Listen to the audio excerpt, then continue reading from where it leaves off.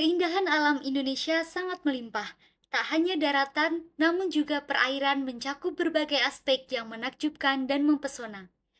Indonesia, sebagai negara kepulauan terbesar di dunia, memiliki ribuan pulau yang dikelilingi oleh laut biru yang jernih dan pantai-pantai yang menakjubkan. Menurut Badan Pusat Statistik yang tercatat pada tahun 2017, Indonesia memiliki 17.504 pulau yang tersebar dari Sabang sampai Merauke.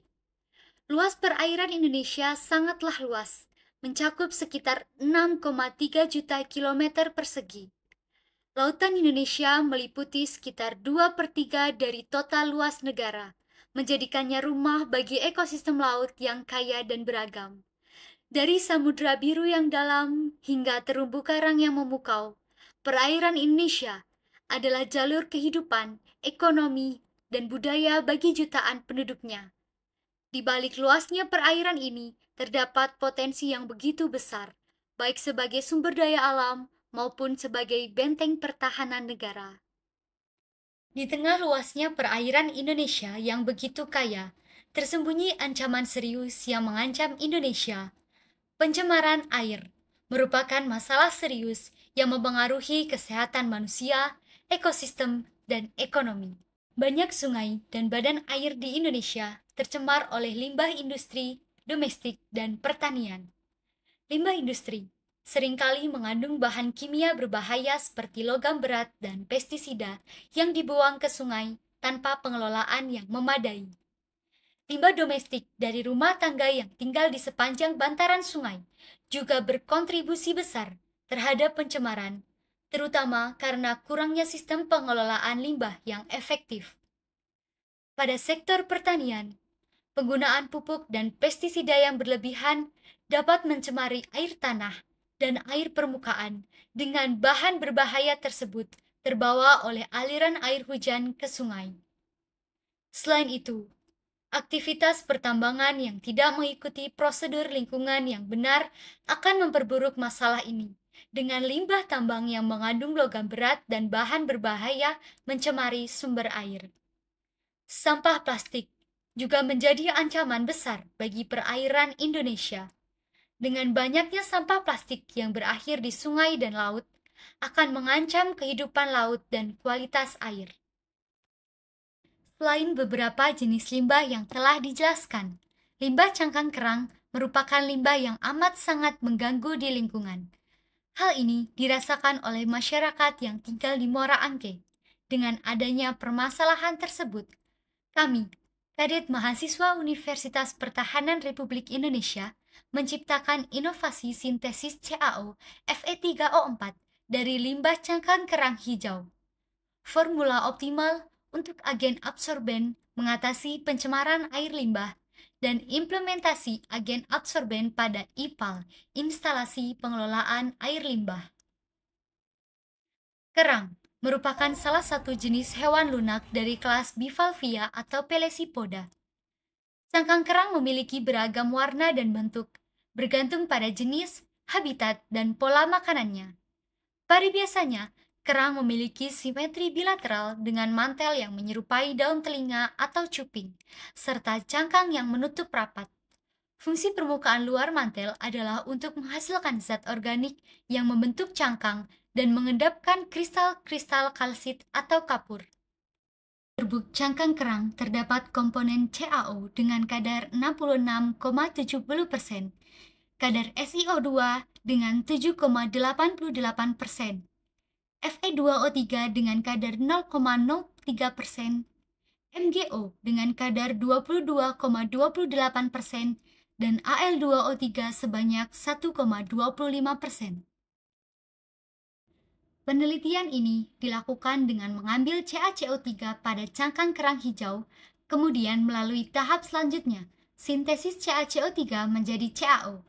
Partikel-partikel kecil menggumpal menjadi partikel yang lebih besar yang bergabung dengan kalsium oksida. CaO ditambahkan dengan magnetit untuk menyerap logam berat. CaO Fe3O4 tersebut dijadikan agen absorben untuk mengatasi pencemaran air yang diterapkan pada IPAL di Rumah Apung Muara Angke dan perumahan wilayah Bogor sehingga didapatkan inovasi dan produk baru melalui penelitian ini sebagai pintu gerbang bagi pengetahuan yang tak terbatas yang dapat dinikmati dan diaplikasikan oleh seluruh masyarakat.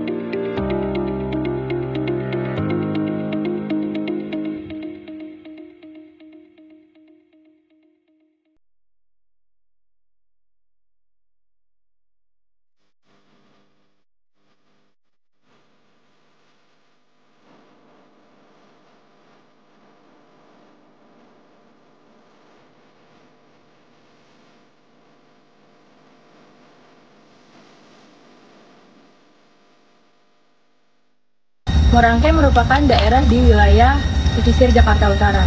Ini merupakan habitat bagi para nelayan untuk mengelola kerang hijau. Akan tetapi yang diolah itu hanya bagian dagingnya saja. Nah, di sini bisa kita lihat bahwa banyak cangkang kerang yang tidak digunakan. Untuk itu kita membutuhkan suatu inovasi yang dapat mengurangi limbah cangkang kerang. Salah satunya adalah pembuatan kafe sebagai absorber.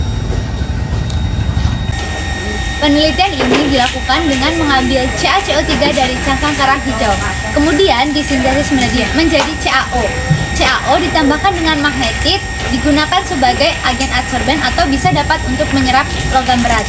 KV CaOFe3O4 kami sebagai inovasi untuk mengurangi pencemaran air dan diterapkan pada IPAL di Muara Angke ataupun pada penampungan di warga sekitar.